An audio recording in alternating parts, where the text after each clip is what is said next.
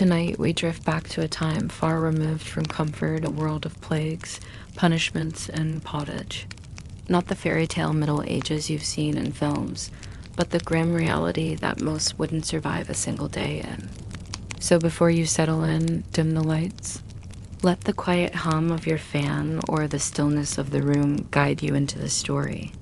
No flashy intros, no calls to action, just you, the darkness, and a slow descent into the brutal rhythm of medieval life.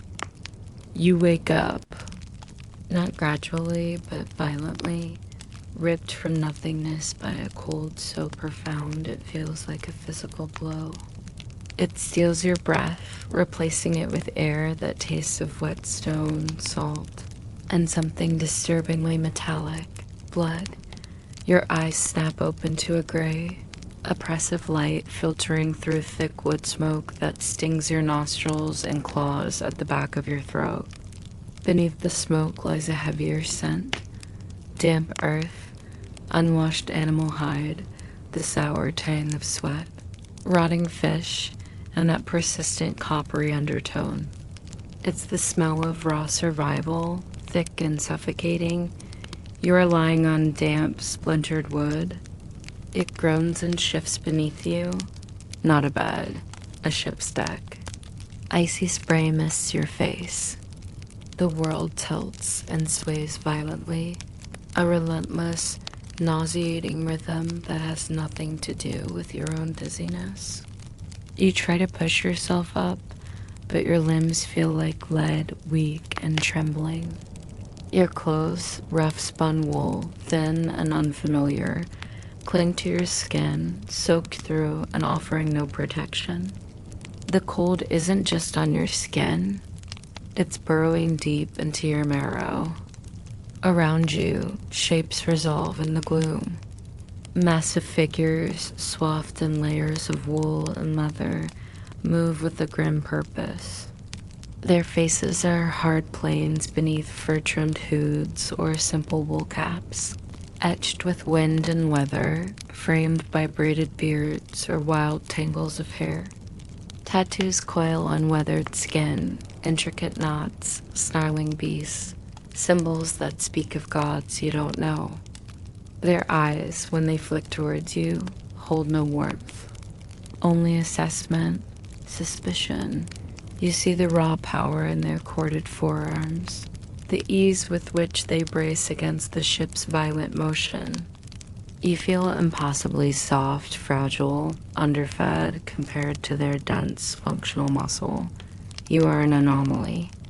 An unwelcome question mark. The ship itself is a beast of oak and tar. Tracker, your muddled mind supplies the word, dredged from some half-forgotten documentary. The serpent's head carving at the prow snarls silently at the churning gray sea.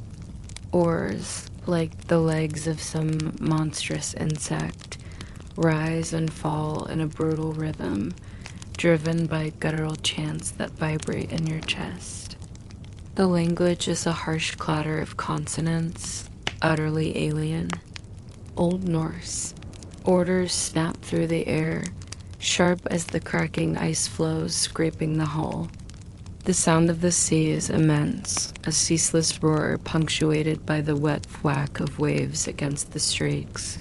The groan of timbers under strain, the high lonely cries of gulls wheeling overhead. A rough hand hauls you upright. The man gripping your arm, leathery skin, eyes the color of flint, breath smelling of stale fish and sour milk, barks a command you don't understand. His indifference is more terrifying than anger. He shoves you towards the ship's side. You stumble, vision swimming, and grip the freezing spray-slick gunnel. Land emerges from the mist, not a welcoming sight. A dark coastline, steep pine-clad hills plunging into a narrow, rocky fjord. Clustered on a strip of land between the water and the looming forest is a scattering of low, humped structures. Turf roofs, thick and grassy, merge almost seamlessly with the earth. Smoke curls sluggishly from holes in their peaks. A rough palisade of sharpened logs encircles the cluster. Raffinsey, the flint-eyed man's perhaps naming it. The place looks less like a village and more like a stubborn scab on the face of a wild and different land. The ship grinds against stone. Shouts echo. Men leap over the side into thigh-deep, icy water, heaving the vessel towards a crude wooden jetty slick with green slime and barnacles. You are half pushed, half dragged over the side. The shock of the water is breathtaking. It floods your inadequate boots instantly, a cold so intense it feels like burning knives. You stagger onto the jetty, legs buckling, the rough-hewn planks treacherously slippery underfoot. Mud, thick, viscous, and shockingly cold, sucks greedily at your boots as you step onto the shore proper. It clings, weighing you down with every step. The sounds shift. The roar of the open sea recedes, replaced by the closer, more intimate noises of the village. The rhythmic thwack-thwack of an axe biting into wood nearby. The guttural shouts of men wrestling barrels off a smaller boat. The irritable snort of a shaggy, small pony tethered beside a longhouse, its breath steaming in the cold air. The clang of a hammer striking iron from a dark, smoky doorway. The smithy. The scrape of a knife on hide. The distant, plaintive bleat of a goat. And underlying it all, the constant sigh of the wind through the pines on the hills above. A sound like a vast, indifferent breath. You feel the stairs before you fully register them. You stop swaying slightly, trying to catch your breath that plumes white in the frigid air. They are everywhere. The woman crouched by a steaming cauldron suspended over an outdoor fire pit, stirring with a long stick, her hands red and raw, her gaze flat and unwavering. The man mending a fishnet, fingers moving with unconscious skill, his eyes narrowed as they track your stumbling progress. Children, bundled in layers of wool, their faces smudged, but their eyes startlingly bright and curious, pause their game of tossing knuckle bones. Even the old man hunched on a stool by a doorway, whittling a piece of wood with a wicked-looking knife, pauses to watch you. Their scrutiny is absolute, physical. It presses against your skin. You see it in their expressions, not hatred, not yet, but a profound weariness. You are soft. Your skin lacks the leathery toughness born of wind and salt and toil. Your posture speaks of sheltered ease, not the coiled readiness of someone who expects danger from land, sea, or sky. Your clothes are strange, impractical. You move with the clumsy uncertainty of prey. You are not just a stranger. You are a potential threat, or worse, useless ballast. Suspicion hangs in the air, thicker than the wood smoke. A sharp bark of laughter cuts through the murmur. A group of younger men near the smithy are watching you, one pointing, his teeth bared in a grin that holds no friendliness. It's the laugh of predators observing something clumsy and weak. You look away, your face burning despite the cold. There are no screens here to hide behind, no crowds to disappear into. No hum of electricity, no glow of artificial light. Just the raw, unfiltered reality of mud, smoke, cold, and the hard. Assessing eyes of people for whom survival is a daily, brutal negotiation. The sound of boots, thick-soled, practical, squelching through the mud towards you is deliberate. You don't need to understand the words, snapped at you to grasp the meaning, move, work, earn your place in this unforgiving air. The weight of it crashes down, the bone-deep cold, the alien smells, the hostile stares, the sheer, overwhelming otherness of it all. The comfortable world you knew, phones, warmth, convenience, safety, feels like a fever dream receding at impossible speed. This is the waking world now, harsh, demanding, and utterly without mercy. And your first day, this impossible day stretching before you like a gauntlet of ice and iron, has barely begun. The true test isn't the cold or the stairs.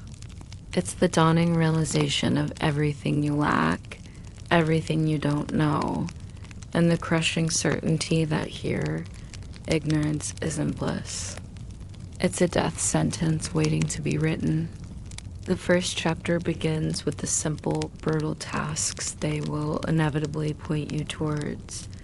The axe, the water, the endless grinding labor, and the knowledge, cold and certain as the mud seeping into your boots, that you are already failing. The weight of their stares presses down on you, colder than the fjord water still soaking your boots. The flint-eyed man who dragged you ashore, Einar, you hear someone call him, doesn't offer guidance. He simply points. A thick, gnarled finger stabs towards a chaotic pile of split and unsplit logs stacked near a low, smoke-belching structure you recognize as the smithy. Leaning against the pile is an axe. Not the clean, balanced tool you might picture. This is a brutal thing, a heavy, wedge-shaped iron head, dark with old stains and pitted from use, lashed with leather thongs to a thick, unvarnished haft longer than your arm. It looks less like a tool and more like an instrument of execution. Einar grunts a single syllable. The command is unmistakable. Work. You approach the axe. The haft feels alien in your soft hands, rough, heavy, unwieldy. You heft it. The weight pulls your shoulder down, awkward and unbalanced. You position a log on the massive, scarred chopping block, its surface cratered from countless impacts. You mimic the stance you've seen the others adopt, legs braced slightly apart. You raise the axe, your muscles protesting the unfamiliar strain. You swing down with all the force you can muster. The blade doesn't bite. It glances off the tough, wet bark with a jarring clang, sending a painful vibration rattling up your arms and into your teeth. A splinter of wood flies past your cheek. The log remains stubbornly whole. A low snort comes from behind you. You don't turn. Heat floods your face, unrelated to exertion. You adjust your grip, your palms already stinging. You swing again, harder, putting your whole body into it. This time, the blade sinks in, but only an inch or two, wedging itself firmly in the wood. You wrestle it, grunting, twisting the haft until it tears free with a sickening crack. The effort leaves you breathless. Your palms burn. Blisters are forming already, hot and tender. Nearby, two men work with a rhythm that seems effortless. Black. A log splits cleanly down the middle. Toss. One half flies onto the growing pile of firewood. Black. The other half meets the same fate. Toss. They move like parts of a machine, their powerful shoulders rolling, their breath pluming steadily in the cold air. Their axes are extensions of their arms, wielded with a brutal, ingrained efficiency. Yours feels like a treacherous beast, fighting you every step of the way. You manage to split a few smaller, more forgiving logs, but each victory feels hollow. Your arms tremble with fatigue. Sweat beads on your forehead despite the chill, mingling with the sting in your palms. The pile seems no smaller. Einar watches from the doorway of the smithy, his arms crossed. He says nothing. His silence is a heavier judgment than any shout. Another grunt. Einar points again, this time towards two large wooden buckets bound with blackened iron hoops, resting near the longhouse door. Then he gestures vaguely towards the stream you glimpsed earlier, tumbling down from the hills beyond the palisade. Water. The path is a churned mess of mud, slick stones, and trampled grass. The buckets, empty or cumbersome. Hauling them back full is an ordeal that strips away any remaining dignity. The stream water is shockingly cold, clear as glass over dark stones. Filling the buckets is easy, lifting them is agony. The handles bite into your raw palms. The weight is immense, dragging your shoulders down. You take a step. Water sloshes over the rim, soaking your already freezing leggings.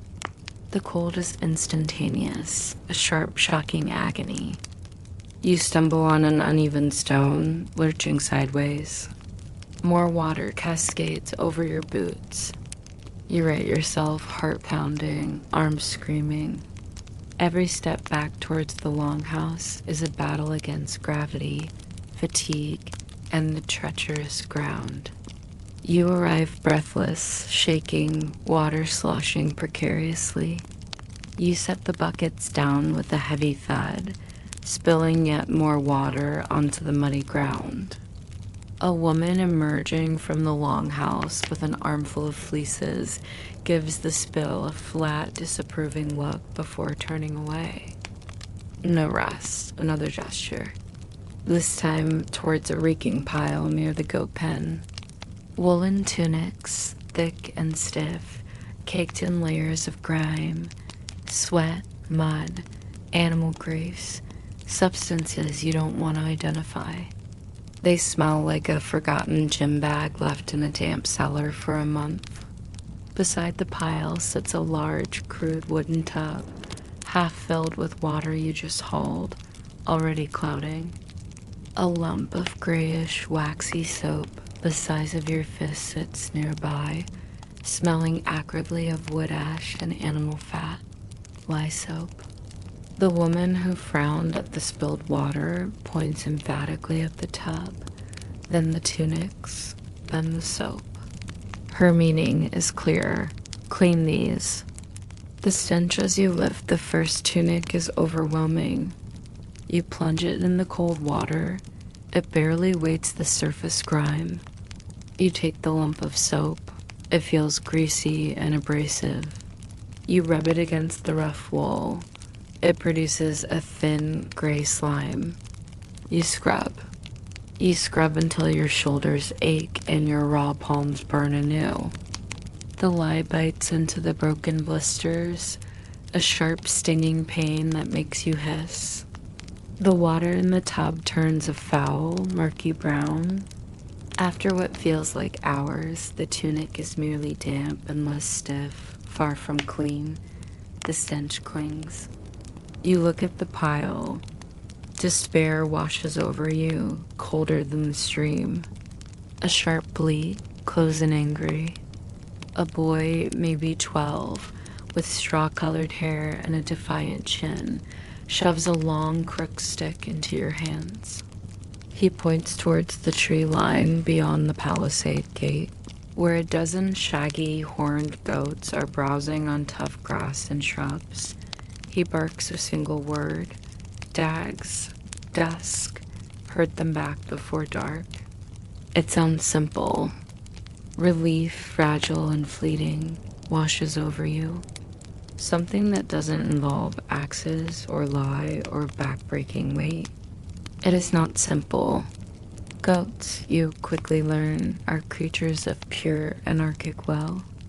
They possess a unique blend of profound stupidity, astonishing agility, and a perverse talent for finding precisely where you don't want them to go. They ignore your shouts. They disregard your tentative waves of the stick. They stare at you with rectangular pupils full of ancient disdain. You try to walk behind them, urging them towards the open gate. They scatter like leaves in a gale. One darts left into a thicket of brambles. Two others trot purposefully away from the village towards a steep, rocky outcrop. You run after them, waving the stick, your voice cracking. They pause, glance back, and deliberately amble further away. Panic starts to rise. Dusk is gathering, the gray light deepening to purple in the hollows. Then the big one.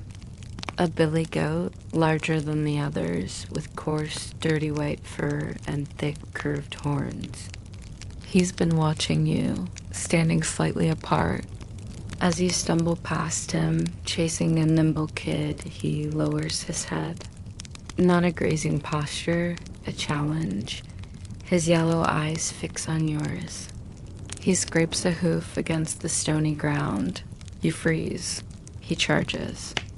It's shockingly fast. A blur of muscle and horn aimed squarely at your midsection. You scramble backwards, tripping over a tussock of wiry grass. You land hard on your backside in the mud, the stick flying from your hand. The goat skids to a halt barely a pace away, snorting, a cloud of vapor puffing from his nostrils. He doesn't follow through. He just stands there, head slightly lowered, watching you. The sound he makes is a low, guttural baa, but it carries an unmistakable tone of contemptuous amusement.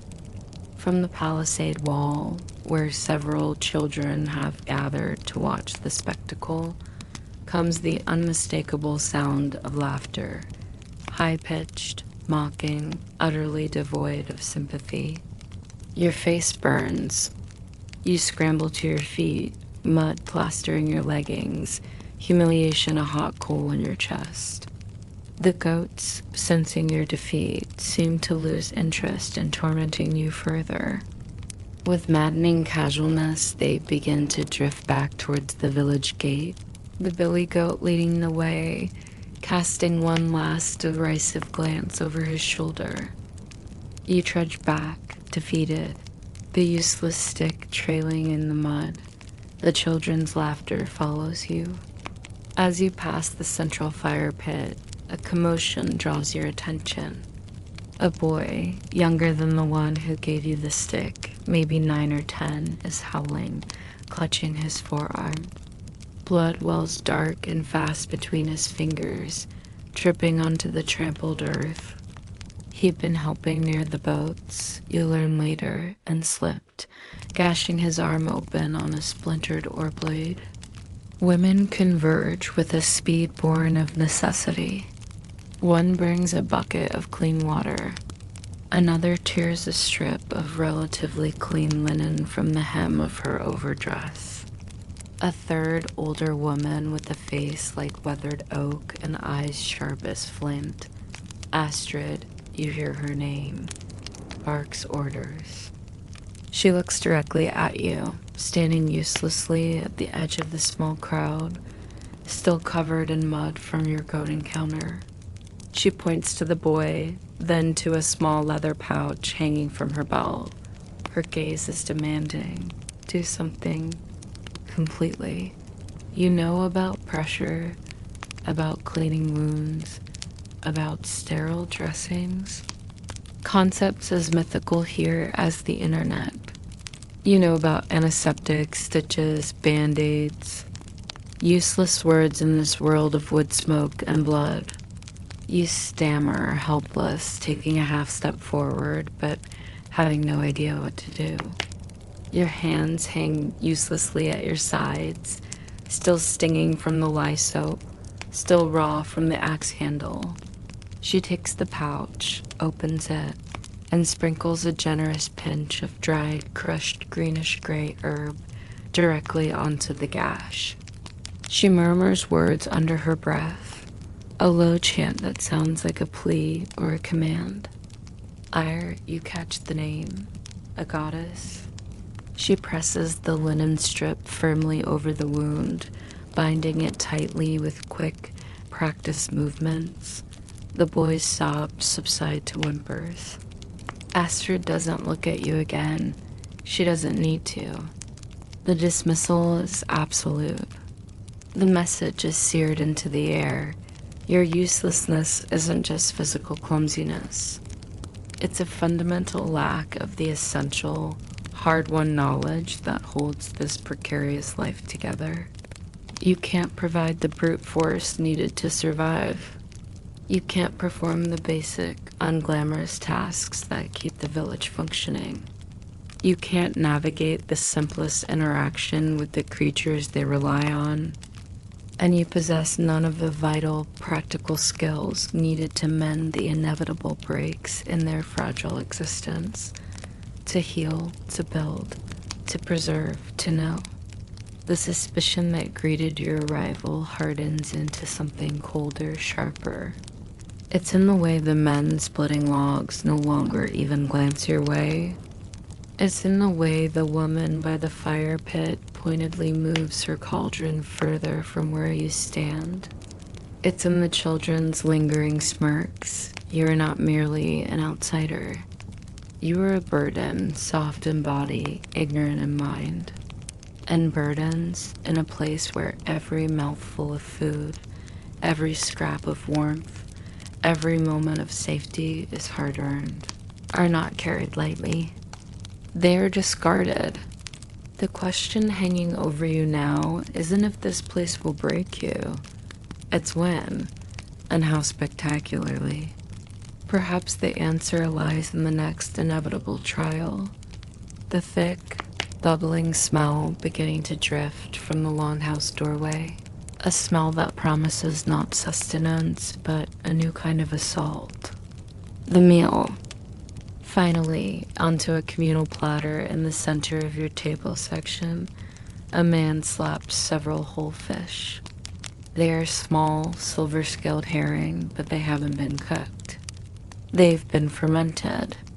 They lie limply, skin slightly translucent, eyes milky and bulging. A powerful, eye-watering stench of ammonia, brine, and pure rot punches through the smoke and the stew smell. Surstrumming before its time.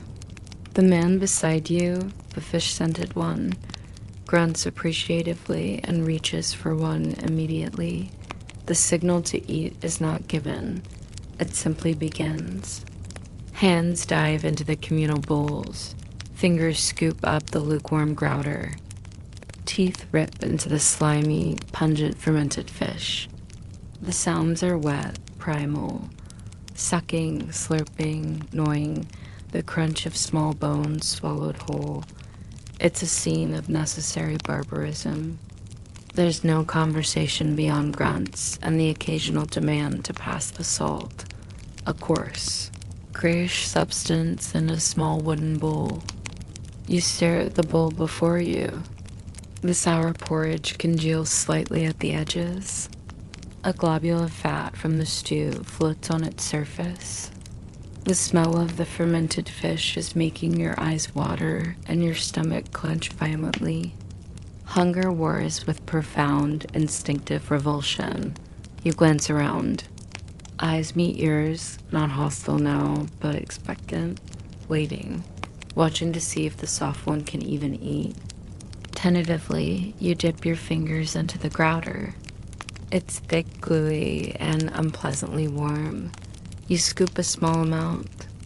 The texture is gritty, like fine sand mixed with paste. You lift it to your mouth. The sour smell intensifies. You take it in. The flavor is blank, a heavy, starchy nothingness, punctuated by the faint bitterness of the dark flecks and the pervasive, cloying sourness that coats your tongue. It's like eating cold, wet flour mixed with despair. You force yourself to swallow. It sits in your stomach like a stone. Encouraged by your lack of immediate collapse, you steel yourself for the stew. You fish out a small piece of meat, avoiding anything too stringy or gristly. It's greasy, leaving a slick on your fingers. You bite. There's no discernible herb or spice, just the primal taste of boiled animal, strong and slightly rancid. You chew and chew, fighting the urge to spit it out. You manage to swallow.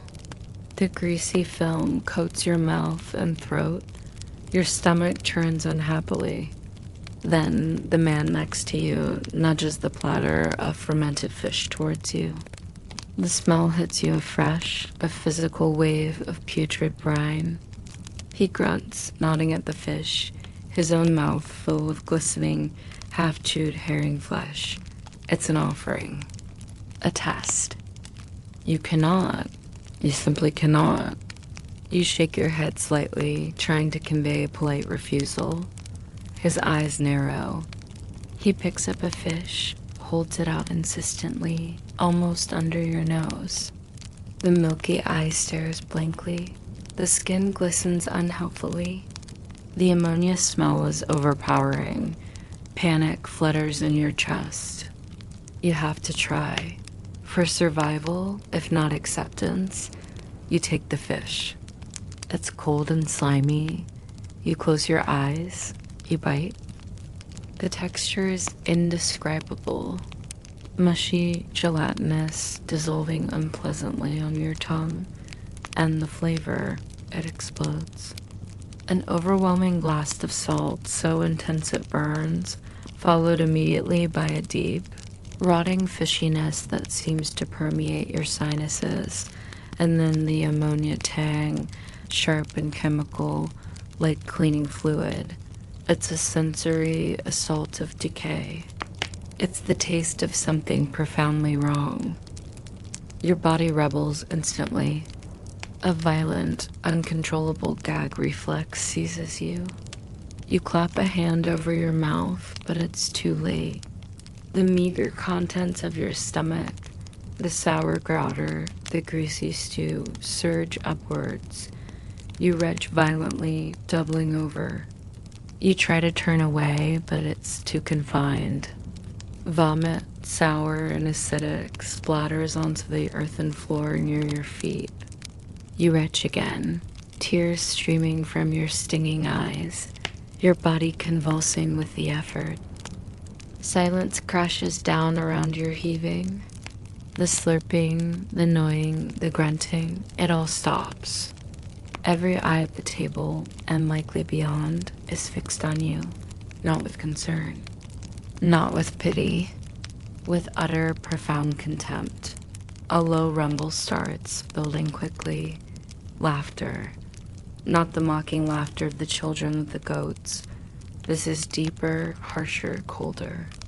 The laughter of grown men and women witnessing undeniable weakness. The laughter of people who see your body's violent rejection of their sustenance as the ultimate proof of your softness, your unsuitability, your pathetic otherness. The man beside you snorts, a sound of pure disgust. He deliberately takes another large bite of the fermented fish, chewing with exaggerated relish, his eyes locked on yours. The woman opposite shakes her head slowly, her lips curled in a sneer. Astrid, further down the table, watches you with those flint-chip eyes. No sympathy, only assessment and a verdict delivered by the collective scorn filling the smoky air. The laughter subsides, replaced by a low murmur of conversation that pointedly excludes you. Someone, perhaps the man who brought the fish, kicks a bucket of sandy soil towards the mess at your feet. The implication is clear. Clean it up. Clean up your weakness. Humiliation burns hotter than the vomit in your throat. You crouch, using handfuls of the gritty soil to cover the mess, your head pounding, your stomach still roiling. The taste of bile and rotten fish thick in your mouth. The meal continues around you, the sounds of eating resuming as if nothing happened, as if you are nothing. You finish cleaning, your face burning, avoiding every eye. You sink back onto the bench, but you don't look at the food again. The sight of the congealing grouter, the greasy stew, the platter of glistening, rotting fish. It makes your gorge rise anew. You sit in the smoky gloom, surrounded by the sounds of consumption, the warmth of the fire doing nothing to thaw the ice forming in your chest. Your stomach is empty, aching with real hunger, yet the thought of putting anything else in your mouth is unthinkable. The physical discomfort is acute, the raw palms, the bruised body, the gnawing emptiness. But worse is the social death. The laughter echoes in your skull. The contempt in their eyes is a physical weight. You are less than the goats, less than the dogs that scavenge under the tables. You are a thing that cannot even perform the basic animal function of eating what is provided. You are useless, a burden, a joke. The Viking world has found yet another way to grind you down, and it did it not with an axe, but with a bowl of sour porridge and a rotting fish. The flickering firelight casts long, dancing shadows on the rough walls. Outside, the wind howls against the turf roof. Inside, surrounded by people, you have never felt more alone, or more certain that this place will kill you. Slowly, starting with your spirit. The night is long, and sleep, will offer no escape. It waits in the shared darkness of the longhouse, promising its own special kind of torment. The laughter fades, replaced by the low, ceaseless drone of the longhouse settling in for the night. The meal, such as it was, is over. The communal bowls are scraped clean, mostly by others, and pushed aside. The fermented fish platter, mercifully, is removed. But the smells linger, woven now into the permanent tapestry of smoke, damp earth, wet wool, and the ripe, animal scent of too many bodies confined too closely. The warmth that felt like a refuge earlier now feels oppressive, thick, and suffocating. Someone kicks the bucket of soil used to cover your shame further into a corner. The benches are pushed back, scraping harshly against the packed earthen floor. Activity shifts from eating to preparing for the night's uneasy truce. Men check weapons, running whetstones along axe blades with a rhythmic, nerve-jangling shit-k dash, shit-k, dash, shit-k. Women bundle fleeces and rough-woven blankets. Children are herded towards the periphery, their earlier energy drained into whines and yawns. The central hearth fire is banked, not extinguished, transforming from a roaring heart to a sullen, glowing mass of embers. The light plunges, replaced by deep, shifting shadows that dance menacingly on the smoke-blackened rafters and the rough-hewn timber walls. The air grows thicker, the smoke sinking lower without the updraft of a vigorous flame, coiling like a living thing around the pillars supporting the roof. It stings your eyes constantly now, forcing them to water, blurring the already indistinct shapes moving in the gloom.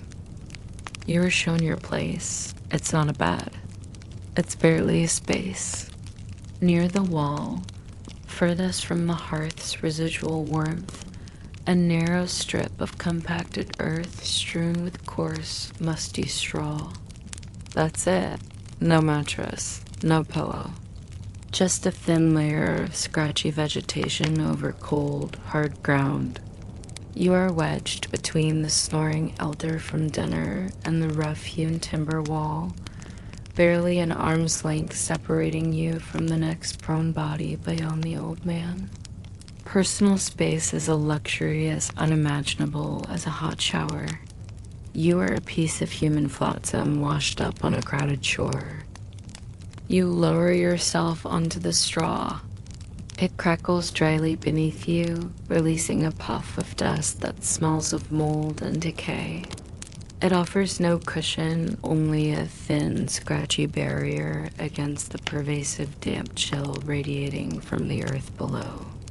You pull the single, thin, greasy-smelling fleece you were grudgingly given over yourself. It reeks of lanolin and something vaguely animal, offering negligible warmth. The cold of the ground seeps into your bones almost immediately, a deep, aching counterpoint to the smoky, humid air above. Then the noises begin. Not the sounds of settling, but the relentless symphony of communal sleep in a confined, unhealthy space. The elder beside you begins almost instantly. His breathing isn't sleep. It's a desperate, wet battle. A deep, rattling inhalation followed by a whistling, phlegmy exhalation that sounds like a bellows with holes. Wheeze, rattle, dot, dot, whistle, dot, dot. Over and over. Across the aisle, a man begins to snore. Not a gentle rumble, but a deep, guttural sawing, like someone trying to cut timber with a blown axe. HUULH-G ROOOOK dot dot IQUUH-G ROOOOOK dot dot. It vibrates in your chest. A baby starts crying, a thin, piercing wail of discomfort that cuts through the lower registers.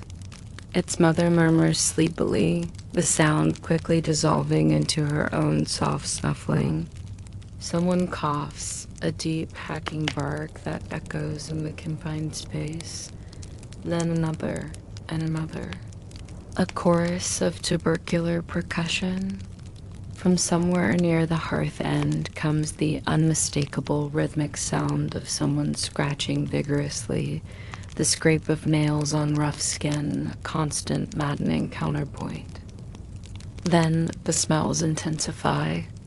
Stripped of the distraction of movement, the air thickens with the concentrated essence of unwashed humanity, sweat, old and new, the sour tang of breath from decaying teeth, the greasy smell of hair and skin long unsoaped, the faint metallic scent of old blood on bandages, the pervasive reek of wet wool drying unevenly, and beneath it all, the sharp ammoniac tang of urine. You realize with dawning horror that chamber pots are likely tucked under benches or in corners, their contents adding their own subtle, inescapable note to the fog. You shift, trying to find a position where a lump of earth isn't digging into your hip, or where the straw isn't pricking your neck. Every movement crunches loudly in the relative quiet, drawing annoyed grunts from nearby sleepers. You try to pull the fleece tighter, but it's too small, leaving your feet exposed. The cold air nips at your toes. You tuck them under the scratchy wool of your own leggings, but the fabric is damp from the day's misadventures, offering little relief. Just as exhaustion begins to pull at you, a new sensation starts. A faint prickling itch on your ankle. You ignore it. Then another on your calf. Then a sharp pinch on your neck. Fleas. The straw, the fleeces, the very ground is alive with them. Tiny, insatiable parasites seeking warmth and blood. Yours. You scratch instinctively, but the itch only spreads, multiplying. You feel them moving, tiny specks of torment crawling across your skin, seeking new territory. The man beside you suddenly jerks and slaps his own leg hard, muttering a curse. The scratching symphony intensifies around you. You lie rigid, eyes wide open in the near total darkness. The smoke stings, the cold aches, the elder wheezes and rattles. The snorer saws logs, the baby whimpers, the coffers hack. The scratchers scratch, the smells press down, a physical weight. The fleas feast. Time stretches, elastic and agonizing. Minutes feel like hours. The concept of sleep feels like a cruel joke. Panic, a cold, sharp thing, begins to coil in your gut. The sheer, overwhelming sensory assault is unbearable. The lack of privacy, of safety, of basic bodily comfort is absolute. You are trapped in a noisy, stinking, itchy, freezing purgatory. Then a new horror, a soft clomp near your feet. Then a warm, damp nudge against your exposed ankle. You jerk your leg away with a stifled gasp. A soft, chewing sound begins inches from your head. One of the goats, or perhaps a small, shaggy pony. Animals share the longhouse at night, sheltered from the elements, adding their own unique contributions to the atmosphere. The smell of damp animal hair and dung intensifies. The creature shifts, its hooves scraping on the earth. It lets out a soft, gassy sigh directly beside your ear, the warm, foul breath washing over your face. You curl into a tighter ball, pulling your knees up, trying to make yourself smaller, less noticeable to the fleas, the goat, the judging darkness. The cold intensifies as the banked fire sinks further. The drafts you hadn't noticed before snake across the floor, finding every gap in your inadequate covering, every exposed inch of skin. The chill is deep, insidious, sapping the last remnants of warmth from your core. Your teeth start to chatter softly. You clamp your jaw shut, the sound echoing too loudly in your own skull. Fear joins the chorus. Not just fear of the cold or the fleas or the goat, a deeper primal fear. The fear of vulnerability. You are surrounded by people, yet utterly alone. These are not your people. You have proven yourself weak, useless, a source of mockery. Lying here, defenseless in the dark, the weight of their disdain feels like a physical threat. What stops a knife slipping between your ribs in this anonymous, noisy darkness? What stops a hand grabbing what little you possess? The concept of law, of order, feels distant and abstract here, replaced by the raw calculus of strength and usefulness. You possess neither. The night grinds on. The noises ebb and flow, but never cease. The snoring stops briefly, replaced by mumbled dreams or another coughing fit. The baby's cries subside into fitful sleep. The scratching continues unabated. The goat sighs again. The fleas launch new assaults. The cold deepens its grip, making your joints ache. Exhaustion wars with hypervigilance, a torturous stalemate. You drift in a gray, miserable limbo, not asleep, not awake, just enduring. The smoky darkness presses in, heavy and suffocating. The longhouse isn't just a building. It's a living organism, breathing its foul breath, digesting its human and animal inhabitants, offering not rest, but a slow, relentless erosion of body and spirit. Dawn feels like an impossible dream, a reprieve you haven't earned, don't deserve.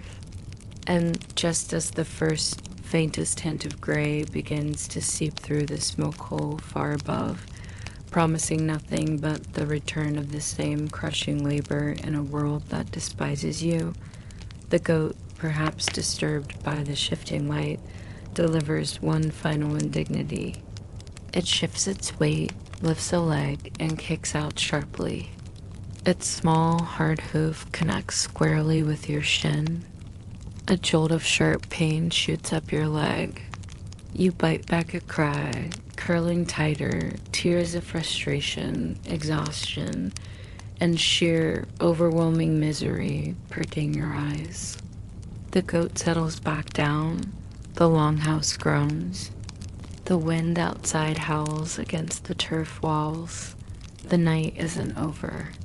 The day is coming. And you're broken piece by tiny piece in the shared, stinking, freezing dark. Survival isn't just about axes and battles. It's about enduring this night after endless night without losing the last frayed thread of your mind. That thread feels perilously thin. Segment 5, Surviving the Cold. The goat's kick is a spark igniting tinder. Pain flares up your shin, sharp and bright, a brutal punctuation to the long, suffocating misery of the night. You jerk awake.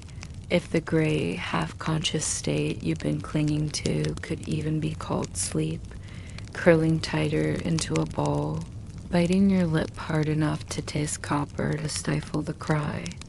Tears of pure, impotent frustration sting your already smoke-irritated eyes.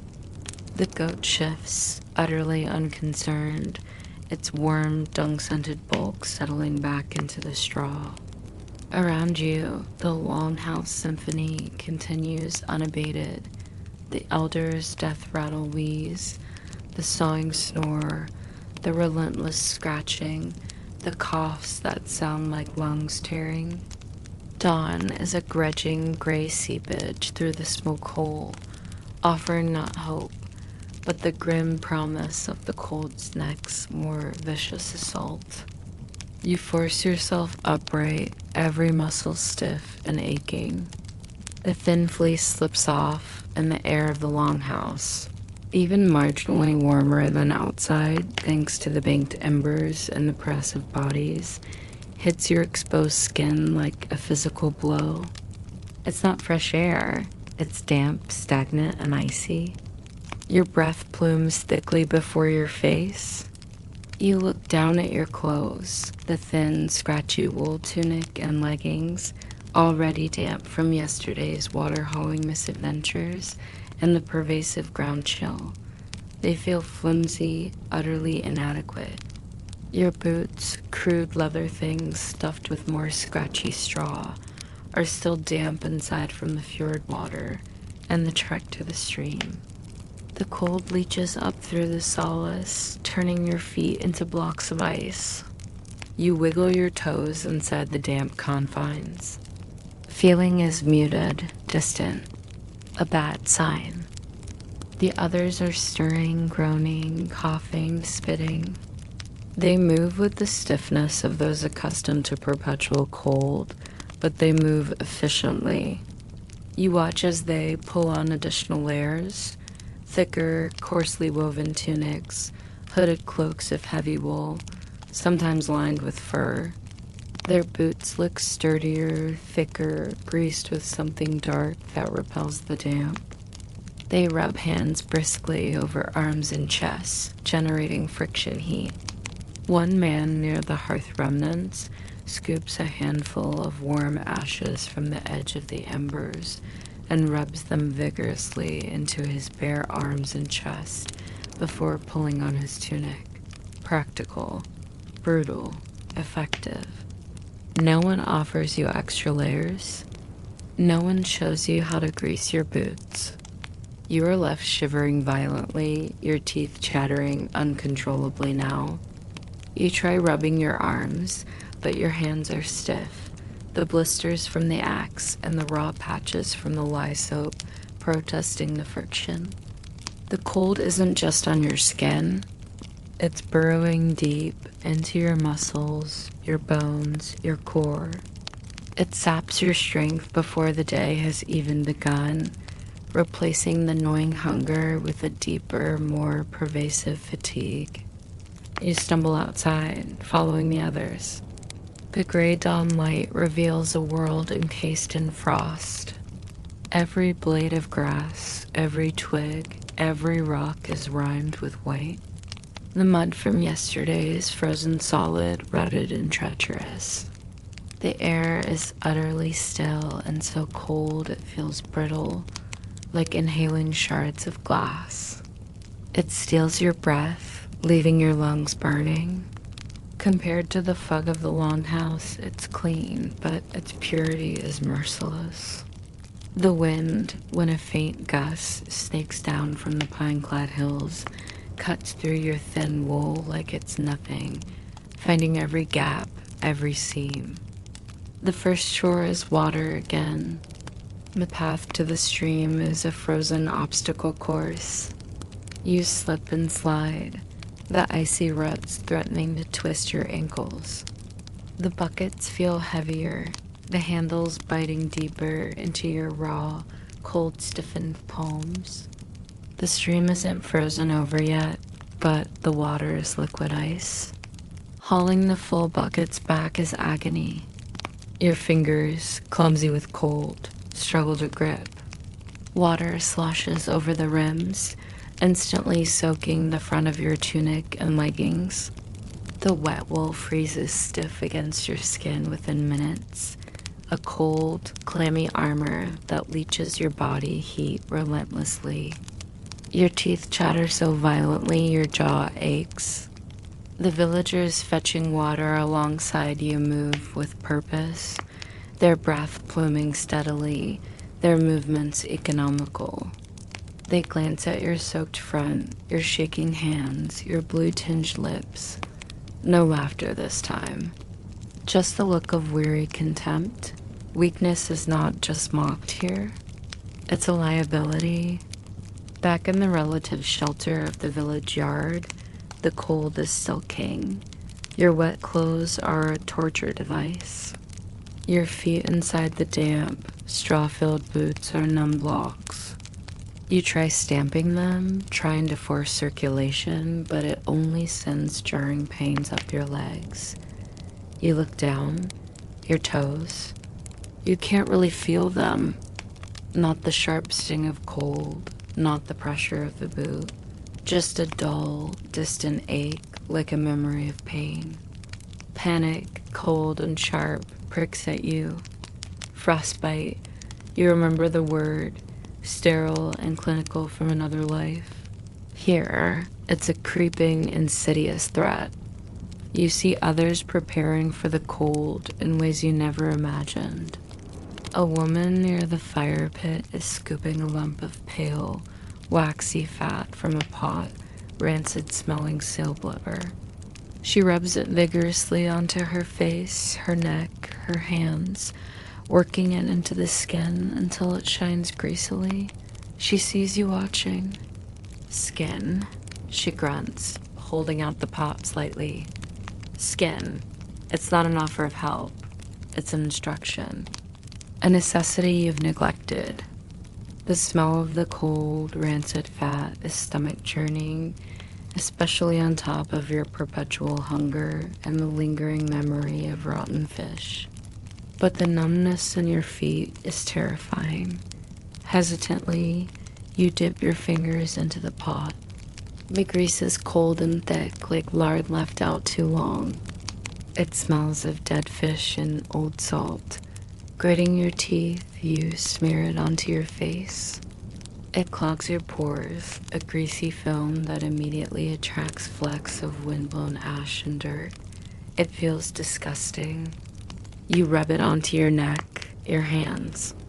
It offers a strange, immediate barrier against the wind, a slight lessening of its bite, but at the cost of feeling perpetually filthy, perpetually smelling like something washed up on the shore. You look at your boots. Should you grease them? You don't know. You see others rubbing a darker, thicker substance onto their leather. Tar, pine resin. You haven't been shown. The numbness in your feet is spreading upwards, a creeping deadness. You try wiggling your toes again. Nothing. Just a terrifying void where sensation should be. You approach Bardney, The man who was splitting wood yesterday? He's sharpening a knife now, his movements steady despite the cold. You point to your feet, then to the greasy pot, miming the question. He glances down, his expression unreadable. He says nothing for a moment, then shrugs, a small, dismissive movement. Betra fristiskrapen and hagraki, he mutters, turning back to his knife. Better a frozen body than a frozen courage. Another man nearby, overhearing, snorts. Triskorda eki mikkel verding, he adds with a grim chuckle. Toslak not much honor. The message is chillingly clear. Discomfort, pain, even the loss of flesh, is preferable to the shame of cowardice, the dishonor of weakness. Your numb toes are insignificant compared to the perceived weakness of your spirit, your inability to endure what they endure daily without complaint. They see your shivering, your misery, your fear of the creeping numbness as a deeper failing than any physical lack. It's a code written in ice and blood, endure or be less than nothing. The day's labor continues, a gauntlet run in a frozen hellscape. Chopping wood is agony. Your stiff, cold hands fumble on the axe haft.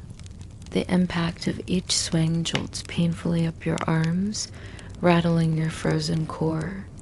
Hauling anything is torture, your breath ragged plumes in the still air, the cold seizing your lungs. Herding the goats is a nightmare. They seem impervious to the cold, bounding over the frozen ground while you stumble and slip, your numb feet treacherous. Every movement is an effort, sapped by the cold's relentless drain. The greased skin helps a little against the wind, but it traps the cold beneath it too. You feel clammy and chilled simultaneously. The numbness in your feet is a constant, terrifying companion. You try stomping, rubbing them through your boots when no one is looking, but the feeling doesn't return. It's like walking on blocks of wood. By midday, a pale, weak sun struggles through the high clouds, offering no warmth, only a blinding glare off the frost. It feels like a mockery. The villagers work on, their breath pluming, their movements slower but steady. They pause to share a skin of something, not water, something that makes them gasp and shudder but then smile grimly. Probably fermented whey or weak, sour ale. No one offers you any. You are a ghost at the feast of survival, shivering and silent. As the gray afternoon deepens towards an early dusk, the cold intensifies, sharpening its teeth. The wind picks up, whipping down from the hills, scouring the exposed skin around your eyes despite the grease. Your fingers, even inside inadequate mittens someone discarded, are stiff and clumsy, the tips white and waxy. The numbness in your feet has climbed to your ankles. Walking becomes a stiff, shuffling gait. You look at the villagers.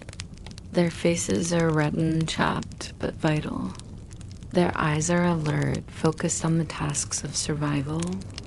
Yours feel gritty, heavy-lidded, blurred by cold and exhaustion. The will to keep moving, to keep enduring this slow, frozen suffocation is leaching away, replaced by a terrifying apathy. Why fight it? Why keep pushing against this immovable wall of ice? You pause near the smithy doorway, drawn by the faint, deceptive promise of warmth radiating from within. Einar is working the bellows, the coals glowing fiercely. He sees you hovering, a pathetic, shivering shadow.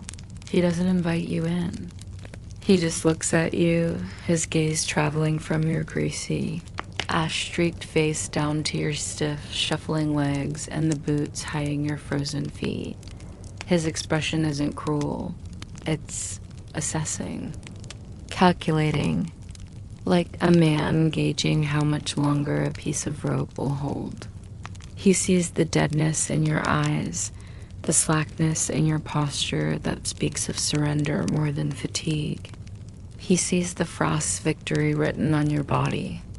He turns back to the fire, pumping the bellows. The coals flare, casting dancing, monstrous shadows on the wall. The heat feels like a physical blow from the doorway, a tantalizing, impossible luxury. But to step inside uninvited would be a transgression, a sign of weakness and disrespect. You remain on the threshold, the cruel wind at your back, the fleeting warmth of the forge beckoning like a mirage. The cold has won. It's inside you now, deeper than skin or bone. It's settled in your spirit, a chilling certainty that this is only the beginning. This is autumn's bite. Winter, true winter, the endless night they speak of in hushed grim tones is still coming. And it will be a white, silent, annihilating force. You stare into the forge's glow, the promise of warmth just out of reach, and know with absolute frozen clarity that you lack not just the clothes, not just the grease, but the iron core of endurance required to survive its embrace.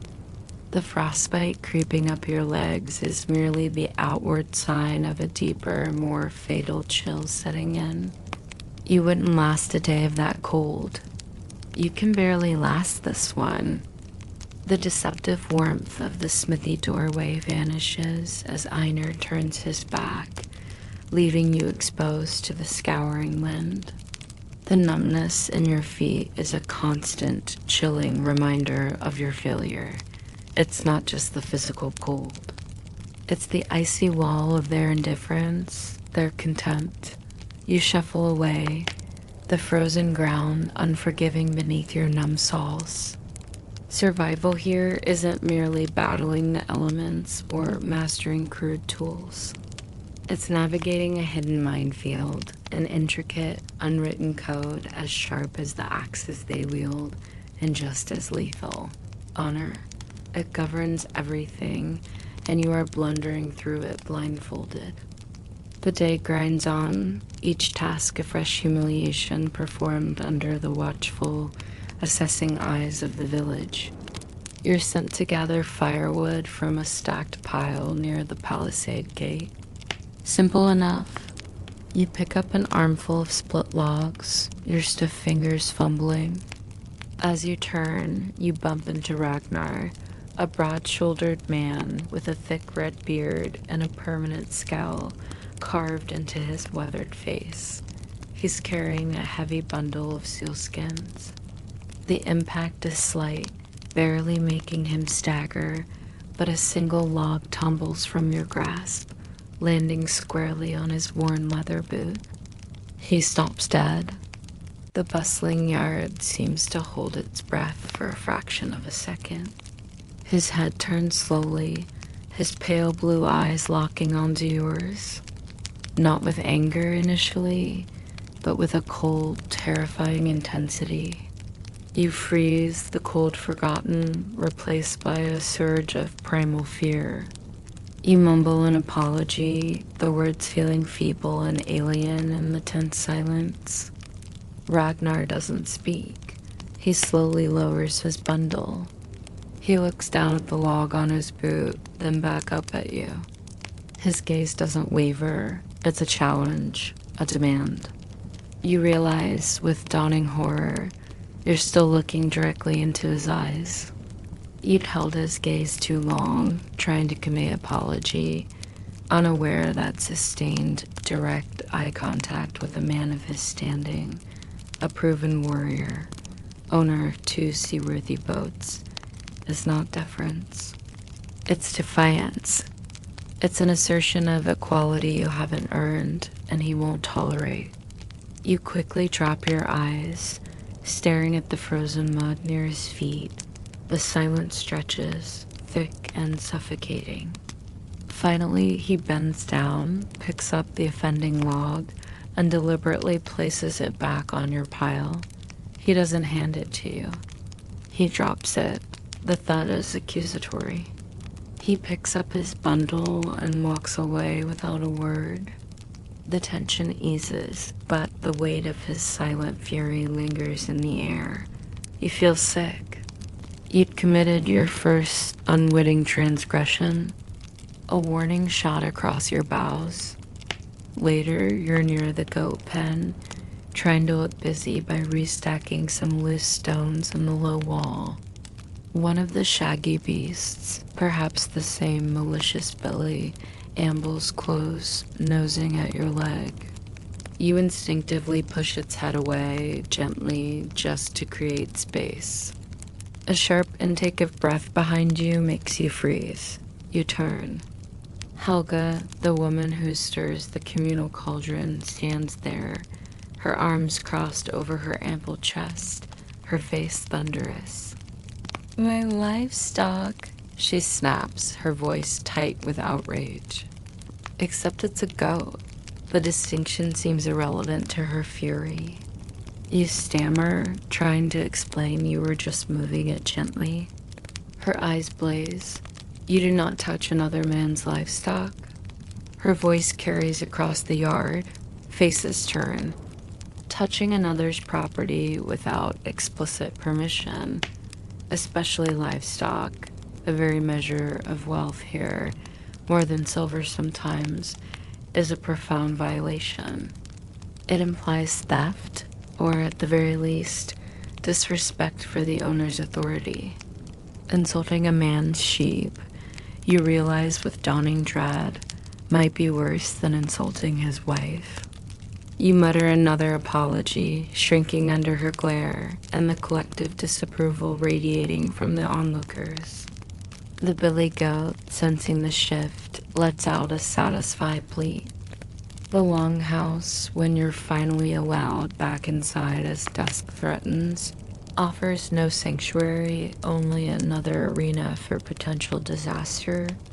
The hearth fire is being coaxed back to life, casting long dancing shadows.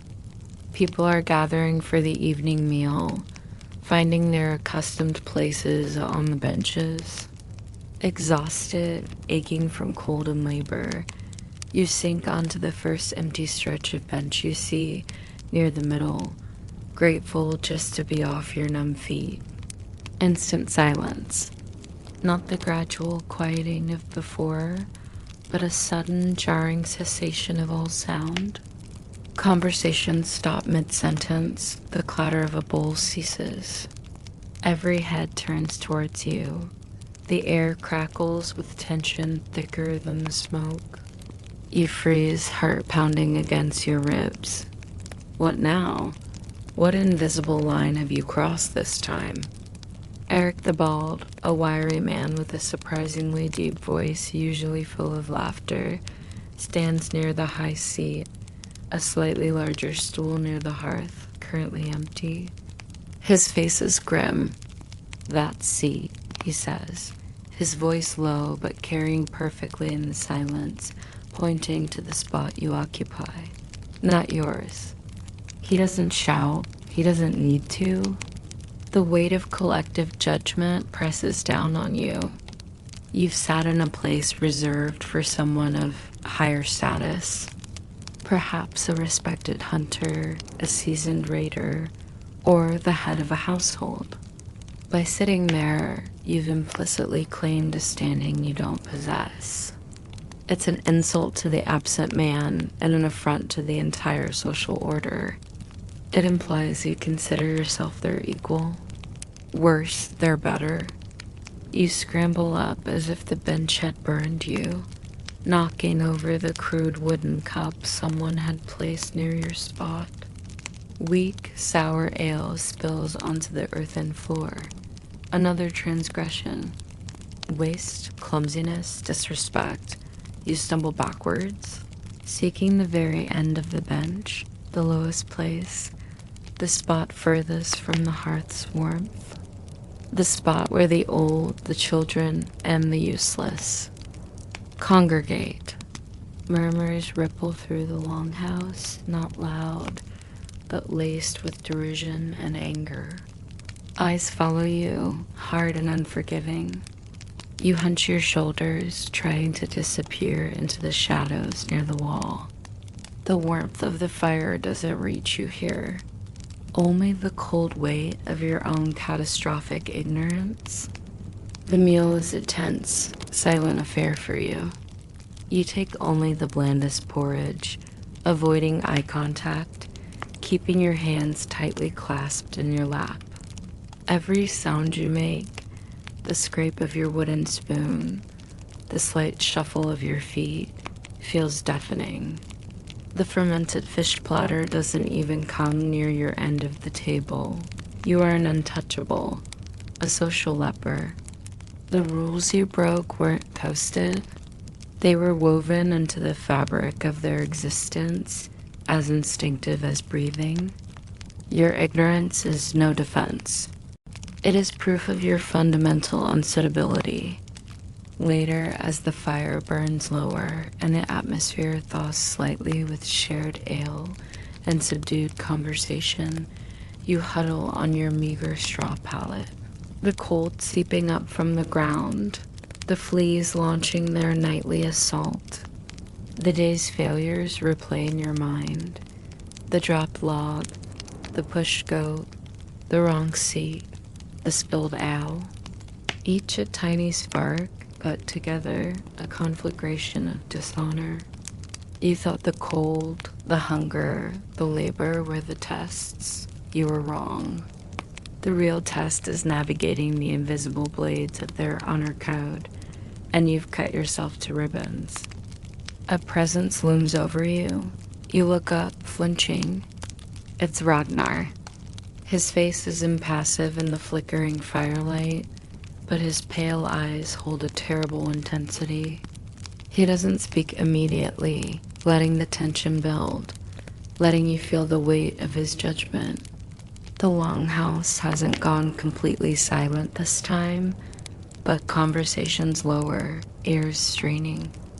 You have shown disrespect, Ragnar states, his voice flat, cold. It's not an accusation, it's a verdict. To me, to housewife Helga, to everyone. He pauses, letting the words sink in. You do not know how a man should behave. The ultimate condemnation. He takes a step closer. The air crackles. You shrink back against the cold wall, the rough timber digging into your spine. Therefore, Ragnar continues, a slow, predatory smile spreading across his face. Utterly devoid of warmth, I challenge you to a duel tomorrow at dawn. The words hang in the smoky air. A ripple goes through the watching villagers. Not shock, anticipation. A low murmur rises, not of disapproval, but of interest. The duel, the ritual combat on a square hide, fought until one yields, is maimed, or dies. It's the ultimate arbiter of honor disputes. Refusal is unthinkable. It brands you a worthless coward, an outcast without rights, less than human. Your life here would be over if you were allowed to live at all. Ragnar stares down at you, that cold grin fixed in place. He's not angry anymore. He's pleased. He sees an easy victory, a chance to publicly erase the insult, to demonstrate his strength, and to rid the village of a useless burden. He sees you for what you are, soft, ignorant, terrified. He sees the axe you can barely lift, the hands that can't chop wood or staunch a wound. He sees your fear, naked and raw. He doesn't wait for a response you cannot give. He simply turns and walks back towards the fire, where a mug of ale is thrust into his hand. Laughter starts, low and confident, spreading among his companions. The challenge is issued, the duel is set. The social code, the brutal law of honor, has demanded its price. Your ignorance has bought you a ticket to a fight you cannot possibly win against a man who kills for a living on a patch of ground where honor is washed clean only by blood. The cold, the hunger, the fleas, they fade into insignificance. Tomorrow, at dawn, you face annihilation, and Ragnar, bathed in the firelight, is still grinning. Segment 7. You're thrown into battle. Dawn doesn't arrive with gentle light, but with shattering terror. You've spent the endless, flea-ridden night coiled tight as a spring, staring into the smoky darkness, the image of Ragnar's cold brand burned onto your eyelids. The duel looms like an execution. You imagine the heavy thud of the axe he'll wield, effortlessly, unlike your own fumbling, biting into flesh. Your flesh. The numbness in your feet is forgotten, replaced by a cold sweat that slicks your palms despite the chill. Just as the first gray fingers of light begin to claw through the smoke hole, a sound rips through the pre-dawn stillness. Not the expected call to the dueling ground. A long, mournful, ululating note like a wounded animal, but chillingly human. A horn, blown from the watchtower near the palisade gate. Instantly, the longhouse explodes into frenzied activity. Sleep vanishes.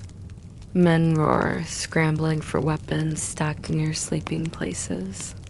The scrape of iron on leather, the heavy thud of axes and swords being snatched up. Women shout, grabbing children, shoving them towards the rear of the hall or under benches. Fear, sharp and acrid, floods the smoky air, mingling with the reek of unwashed bodies. The horn blows again, sharp, urgent, followed by a cacophony of shouts from outside, guttural, unfamiliar voices raised in a harsh, rhythmic chant that sounds like stones grinding together. Raiders, someone bellows. To the gate. Shield wall. Ragnar, buckling a leather breastplate over his tunic, snarls. His eyes, when they flick to you, hold no thought of the duel now, only a predatory gleam focused on the greater threat. Get a weapon, he barks, his voice cutting through the chaos. He thrusts a heavy round wooden shield, bound with iron, into your chest. It knocks the breath from you. Then, something cold and heavy is shoved into your other hand. An axe, not the wood-chopping tool. This one is shorter, heavier, its iron head dark and viciously curved, the edge gleaming dully in the gloom. Its weight is shocking, its purpose horrifyingly clear. You're swept out the longhouse door in the tide of yelling, armored men. The scene outside is chaos.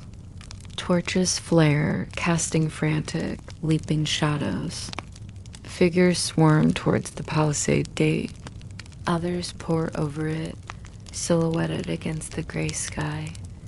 Dark shapes dropping into the yard, their own harsh cries filling the air.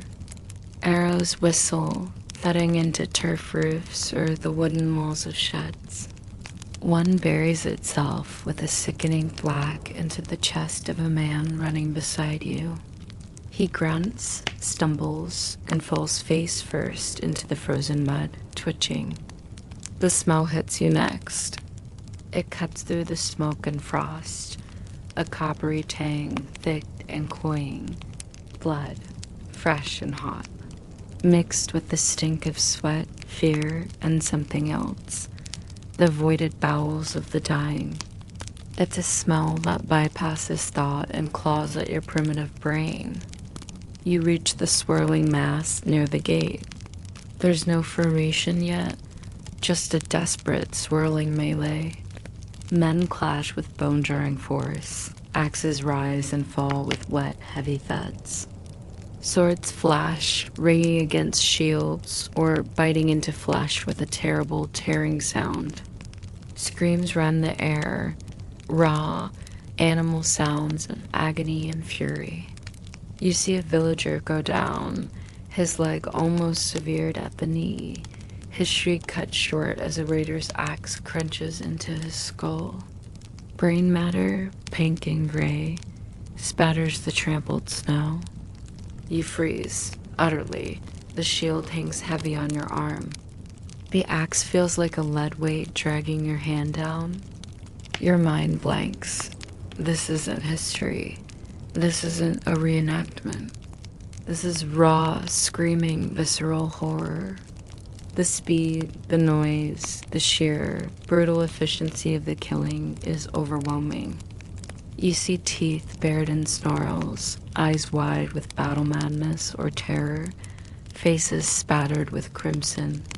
The concept of strategy, of formations, of the shield wall Eric was trying to form nearby is meaningless noise.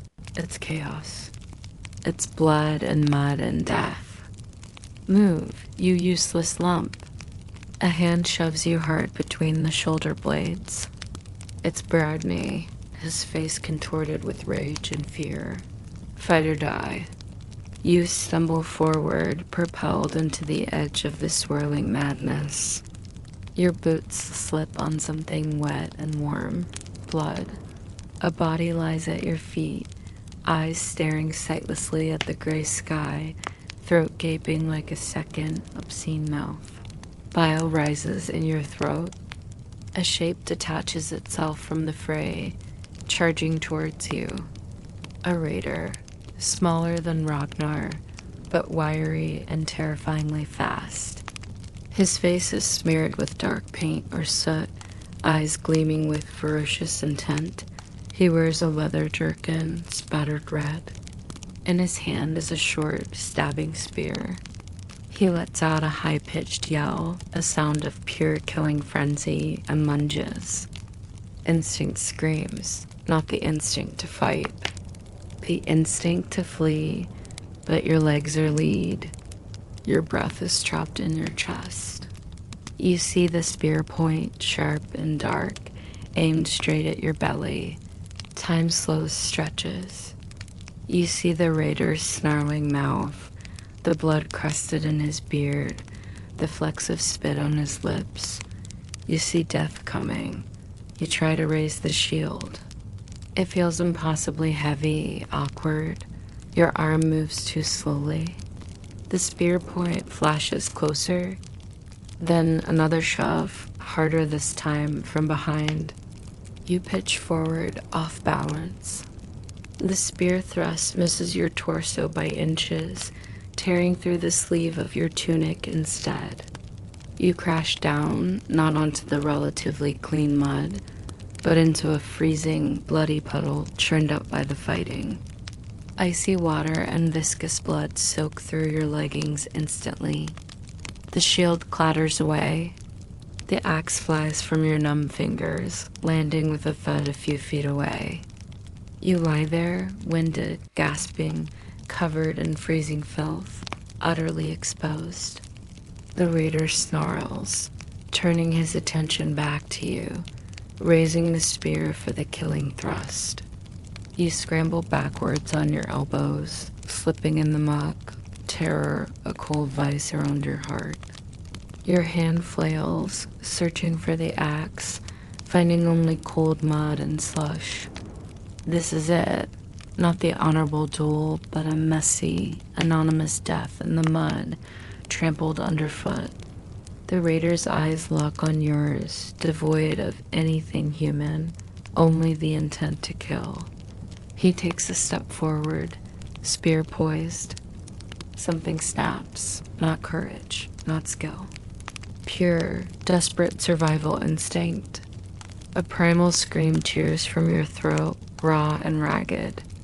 You lunge, not for the distant axe, but sideways, your hand closing around a broken shaft of wood, perhaps part of a shattered spear or a splintered fence post. It's heavy, jagged, useless as a weapon against iron, but it's something. You swing it wildly, blindly, from your position on the ground, not at the raider, just out, a clumsy, panicked flail. It catches him off guard, perhaps expecting surrender or futile scrambling. The heavy wood thuds against his shin. Not hard enough to break bone, but enough to make him stumble, his killing thrust faltering. He roars in pain and fury, more surprised than injured. He kicks out savagely, his boot connecting with your ribs. Agony blossoms, stealing your breath. But the momentary distraction is enough. A shadow falls over the raider, Einar. His face is a mask of grim fury, streaked with blood and soot. His own axe, a massive, brutal thing, descends in a short, powerful arc. It doesn't cleave, it smashes. The blade bites deep into the raider's shoulder, near the neck, with a sickening crunch of bone and cartilage. The raider's scream cuts off into a wet gurgle. He collapses, twitching, blood founting onto the churned mud and snow. Einar wrenches his axe free. He looks down at you, sprawled in the bloody puddle, clutching your makeshift club, gasping for air, your ribs screaming. His eyes hold no praise. Only a fleeting contempt, quickly replaced by the battle frenzy. He grunts, a sound utterly devoid of feeling, and turns back towards the thickest fighting near the gate, where the shield wall is finally starting to hold. You lie there, trembling violently, the cold of the puddle seeping deeper, the coppery smell of blood thick in your nostrils, the wet, choking gurgle of the dying raider beside you filling your ears. You didn't fight. You froze. You fell. You flailed. You survived by blind luck and Einar's intervention.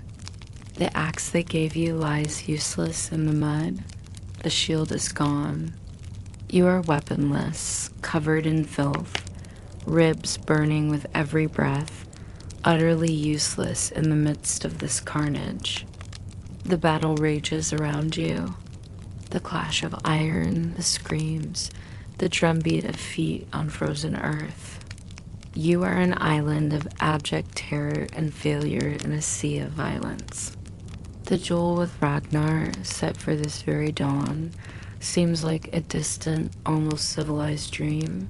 Here, there are no rules, no honor duels, just survival and slaughter. And, with the cold certainty of the blood soaking your clothes, that if the raiders break through the gate, if another turns their attention to the whimpering figure in the mud, you won't even have the chance to freeze again. You'll simply die. The Viking world doesn't just demand strength. It demands the capacity for ruthless, efficient violence. A capacity you lack down to your very core. The axe in the mud mocks you. The blood on your hands feels alien. You wouldn't last a minute in this chaos without blind chance. And chance, in a Viking battle, is a fickle, blood-soaked thing.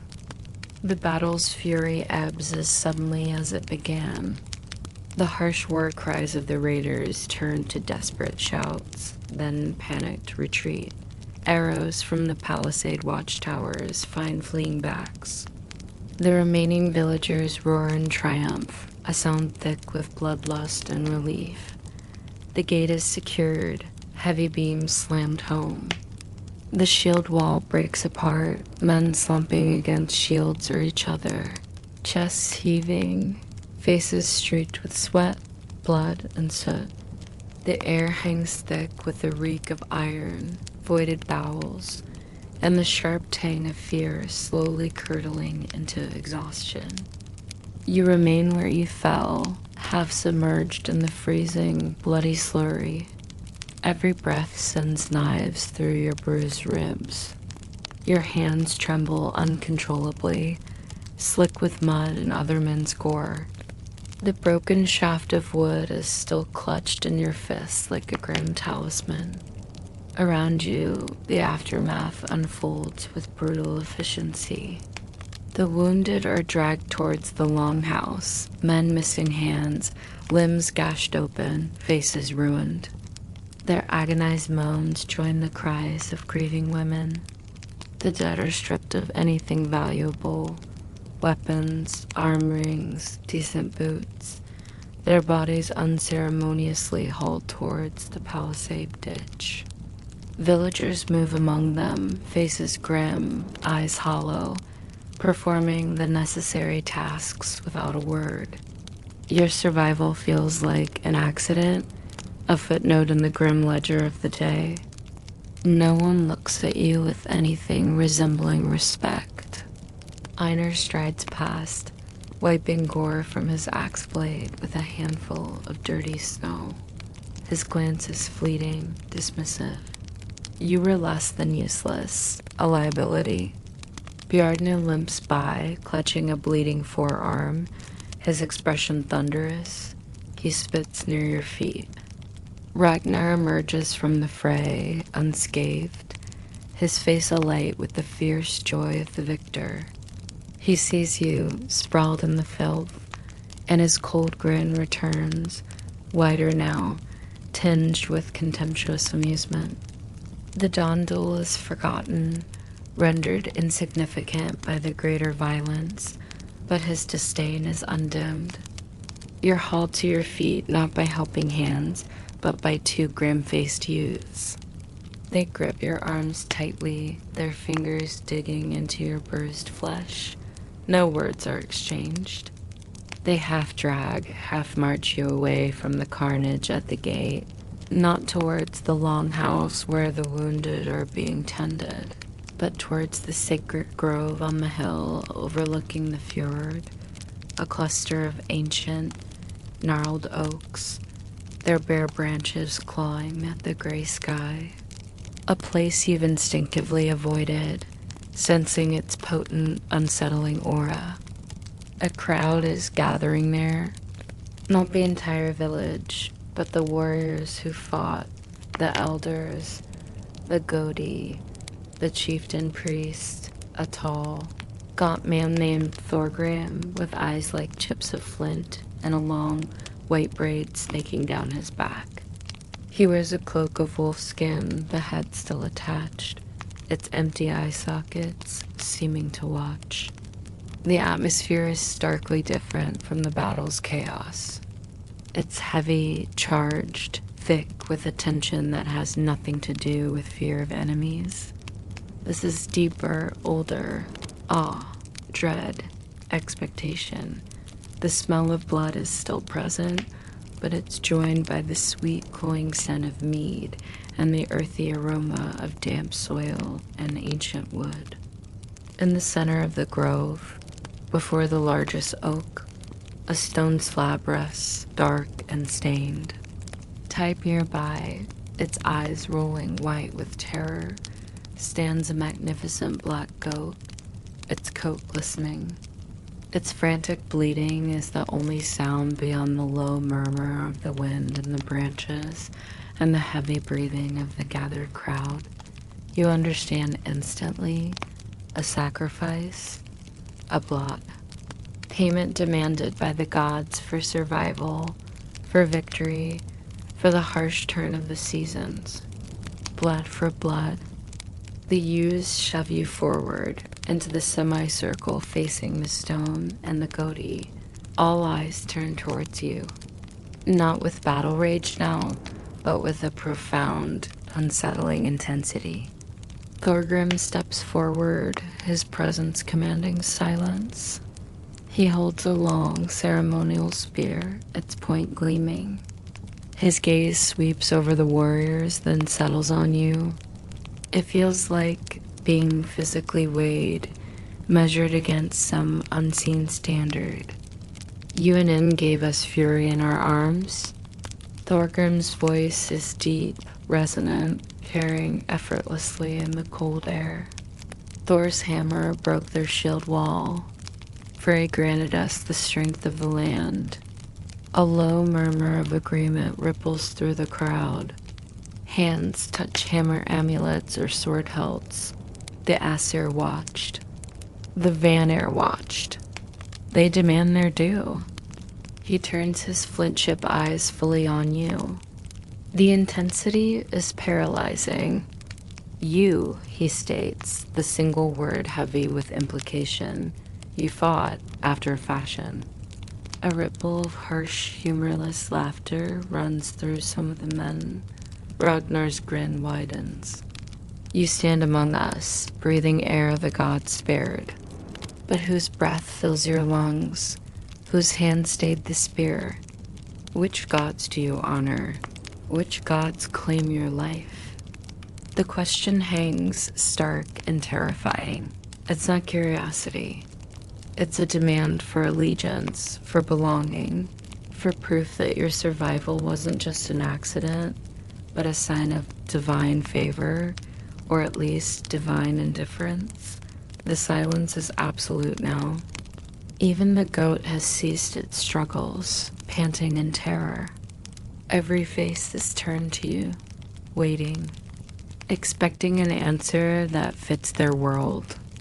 Your mind races, blank with panic.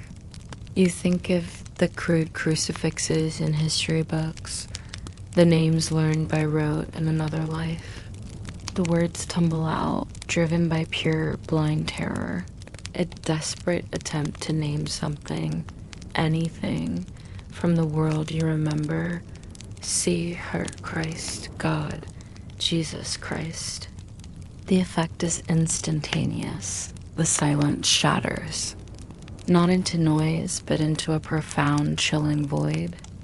Every trace of grim satisfaction, of battle weariness, vanishes from the faces around you. Eyes widen in disbelief, then narrow into slits of pure, icy hostility. Thorgrim's expression doesn't change, but his knuckles whiten on the spear shaft.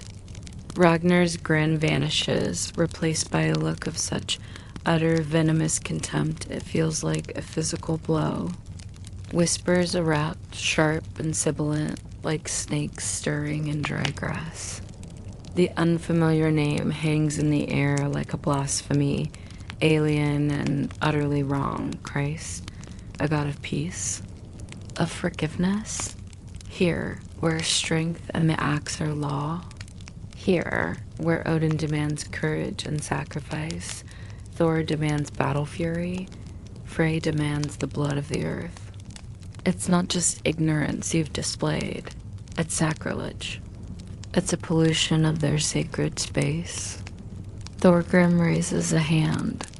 The whispers die instantly, but the hostility remains, thick enough to choke on. He stares at you for a long, agonizing moment. His voice, when it comes, is dangerously soft, colder than the fjord wind. A strange god. A weak god. A god unknown to the tree and the stone and the blood of this land.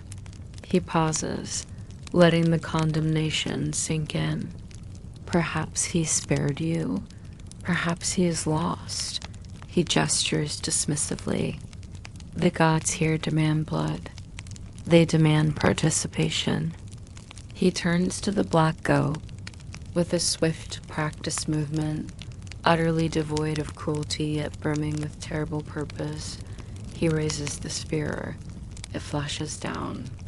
The goat's terrified cry is cut short by a wet, crunching thud. The body convulses once, then slumps. Dark blood pulses from the wound, steaming in the cold air, cascading over the dark stone, and soaking into the frozen earth at its base. The smell of fresh, hot blood floods the grove, thick and metallic. Thorgrim dips his fingers into the gushing wound. They come away dripping crimson. He turns back to you. You stand on ground hallowed by blood. He intones, his voice regaining its ritual power. You breathe air bought by sacrifice. The gods spared you. Prove you understand the price. Prove you belong, even as a stranger in their sight. He steps towards you, his bloodied hand outstretched. Not to strike, to anoint. The youths holding your arms tighten their grip, preventing any retreat. You try to pull back, revulsion surging, but their hands are like iron clamps. Thorgrim's eyes lock onto yours. There is no mercy in them, only the implacable demand of ritual. His blood-slicked fingers smear across your forehead. The warmth is shocking, repulsive. It feels thick, sticky, primal. He drags the blood down one cheek, then the other. It kicks in your stubble, drips onto your already filthy tunic. The smell is overpowering. Hot copper, animal terror, the raw essence of life violently taken. You feel it soaking into your skin, a mark you cannot rub off. By the blood of the sacrifice, Thorgrim chants, his voice rising. You are marked, marked by the land, marked by the gods whose names you do not know, but whose power you now wear.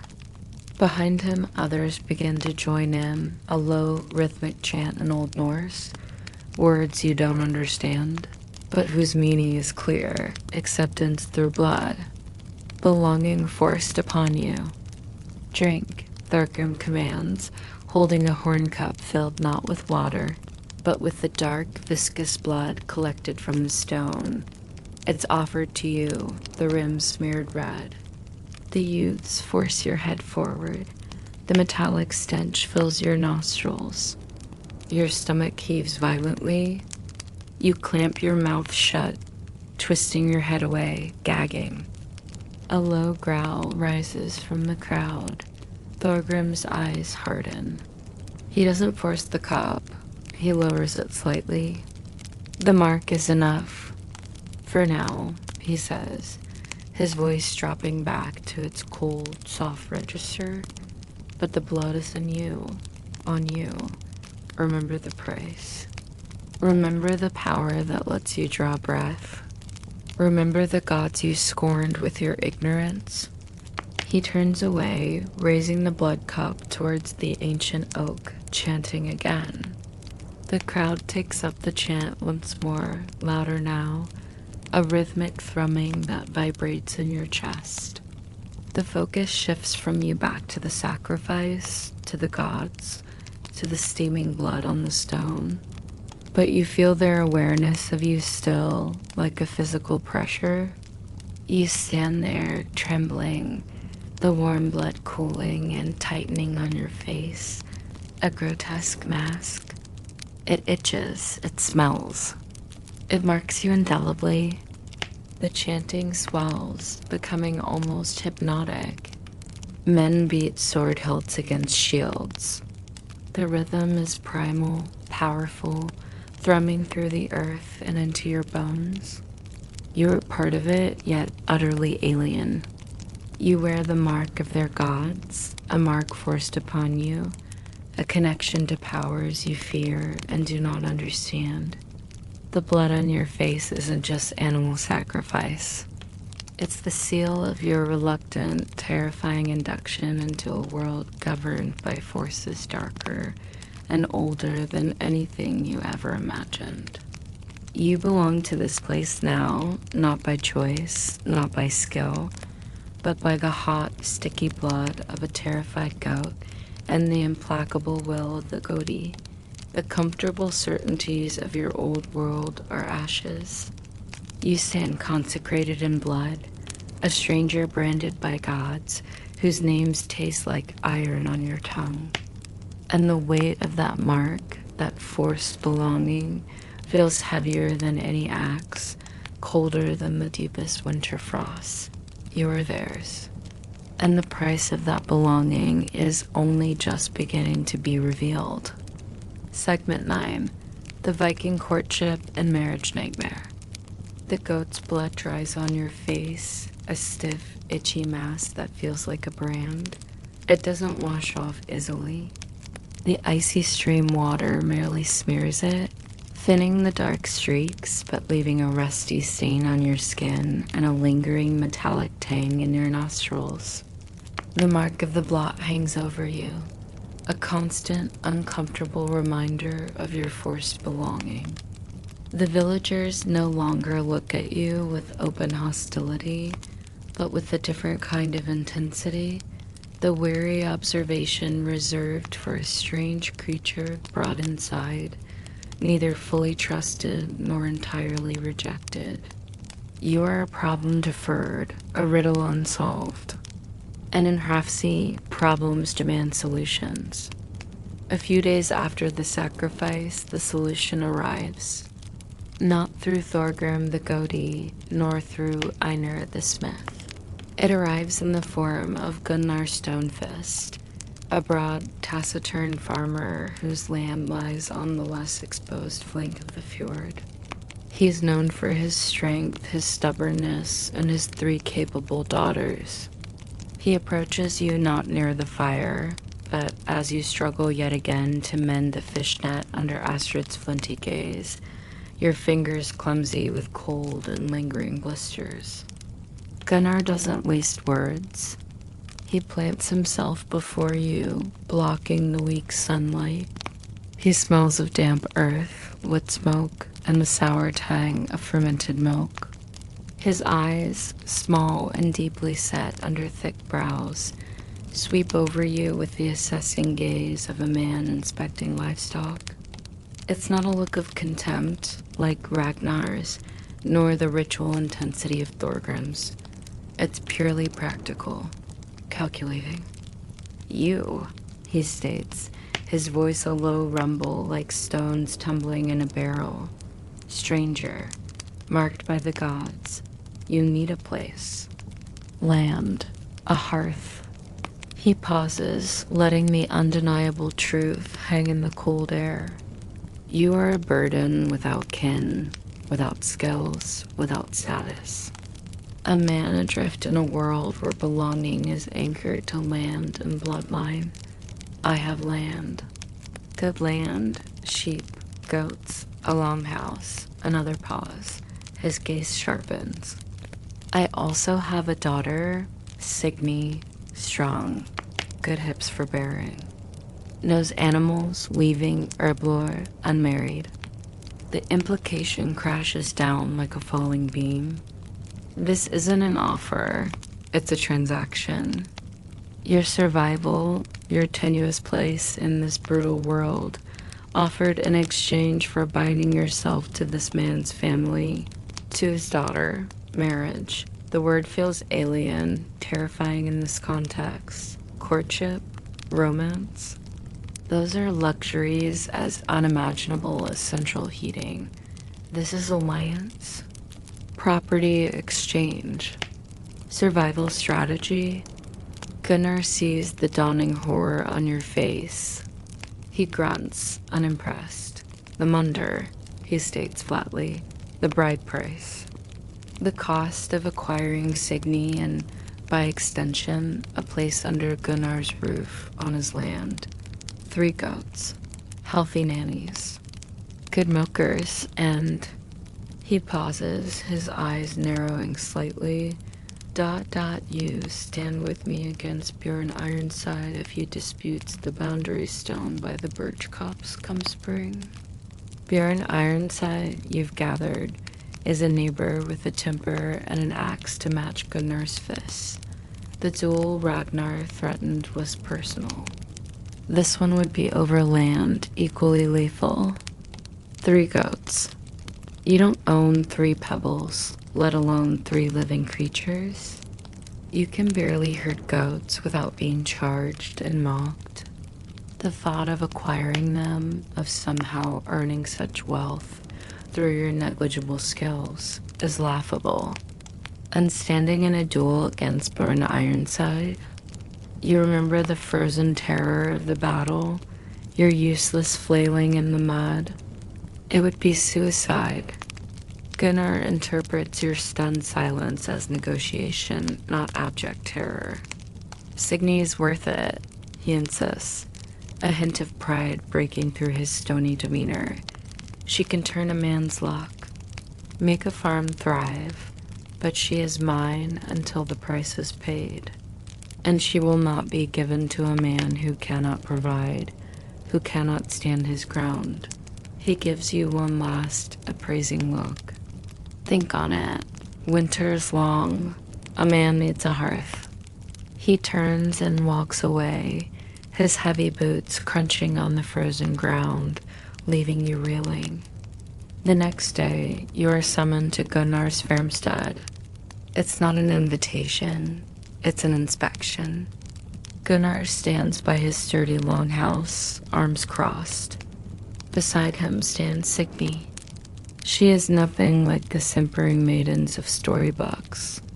She is tall, almost as tall as her father, with shoulders broadened by labor and thick, dark braids coiled tightly around her head like a crown. Her face is strong-boned, weathered by wind and sun, not unhandsome, but utterly devoid of softness. Her eyes, a clear, cold gray, sweep over you with the same pragmatic assessment her father used. There is no shyness, no curiosity, only a cool, detached evaluation. She wears practical, undyed wool, a knife at her belt, and an expression that suggests she could wrestle one of Gunnar's rams and win. You feel instantly, crushingly inadequate. Signy, Gunnar grunts. This is the one I spoke of. Signy nods once, a curt, economical movement. Her gaze lingers on your stained tunic, your still raw hands, the lingering shadow of the blood mask on your brow. It's not disgust, precisely. It's the look a carpenter might give a piece of warped, knotty wood, assessing its potential usefulness and finding it severely lacking. Father says you need a place, she states. Her voice is low, clear, and as unsentimental as a stone. I need a man who can work, a man who can hold land. A man, she adds, her eyes sharpening, who knows his way around animals. She gestures towards the fenced pen where a small flock of shaggy sheep and several goats, including a large, familiar-looking billy, eye you with suspicion. Milk the brown nanny, she commands. It's not a request. It's a test. Gunnar watches, impassive. Panic claws at your throat. Milk a goat? You've never milked anything in your life. You approach the pen, the goats shifting nervously. The brown nanny eyes you, her rectangular pupils wide. You fumble with the rough wooden stool placed nearby. You try to remember half-seen images, vague notions. You reach hesitantly towards the goat's udder. It's the wrong move. The goat skitters sideways, letting out an indignant bleat. You try to grab her flank, but she twists away, strong and surprisingly agile. The billy goat, recognizing you, lowers his head and stamps a hoof. Signy sighs, a short chirp sound of profound disappointment. She doesn't speak. She simply steps into the pen, moving with calm authority. She places a hand firmly on the brown nanny's back, murmuring something low and soothing. The goat stills instantly. Signy positions the stool, sits, and with deft practice motions, her strong fingers squeeze and pull. A rhythmic ping, ping, ping sounds as warm, frothy milk streams into the wooden pail beneath the udder. She does it effortlessly, her expression unchanged, her eyes flicking back to you. The message is clear. This is work. Can you do it? The answer, written in your fumbling terror and the goat's disdain, is a resounding no. You couldn't even calm the animal, let alone extract sustenance from it. Signy finishes milking, stands, and carries the pail out of the pen without a word. She hands it to her father. Gunnar looks at the milk, then back at you. His expression hardens. 3 goats, he repeats, his voice colder now, and you stand against Born or find another hearth. He turns and walks towards his longhouse. Signy follows, casting one last, unreadable glance over her shoulder. Not angry, not sad, simply confirming your uselessness. The marriage isn't offered as salvation. It's presented as an impossible trial. The price is unpayable. The skills demanded are non-existent. The alternative, facing Burn Ironside in a fight over a boundary stone, is a death sentence. The wedding feast Gunnar might eventually provide wouldn't be a celebration. It would be a funeral procession for your dignity or possibly your life. Signy, strong and capable, deserves a partner who can match her, who can contribute, who understands the harsh rhythm of this life. You are a broken tool, a dull blade. Taking you would weaken her, weaken Gunnar's farm. It's a transaction doomed from the start. You walk back towards the main village, the cold biting deeper than ever. The weight of Gunnar's terms, Signy's cool assessment, presses down on you. 3 goats, a duel. Skills you don't possess. The path to survival through marriage is a cliff face, sheer and impossible to climb. The fragile thread of belonging offered by the blood mark frays further. You are a man without prospects, without value, caught between the crushing pressure of winter, the lethal demands of honor, and the impossible price of a hearth. The Viking world doesn't just demand endurance and violence. It demands contribution, worth measured in livestock, land, and strength. You possess none of it. The wedding bells, if they rang, would sound a grim, mocking knell. And as the days shorten and the frost deepens its grip, another, more final solution begins to loom, colder and more certain than Born's axe, the white, silent annihilation of winter itself. The cold wasn't just in the air. It was settling into the marrow of your future, freezing any hope solid. The marriage wasn't the nightmare. It was the desperate, failing attempt to wake up from the deeper nightmare of your own irrelevance. And it had failed. The cold was coming, and it would be white,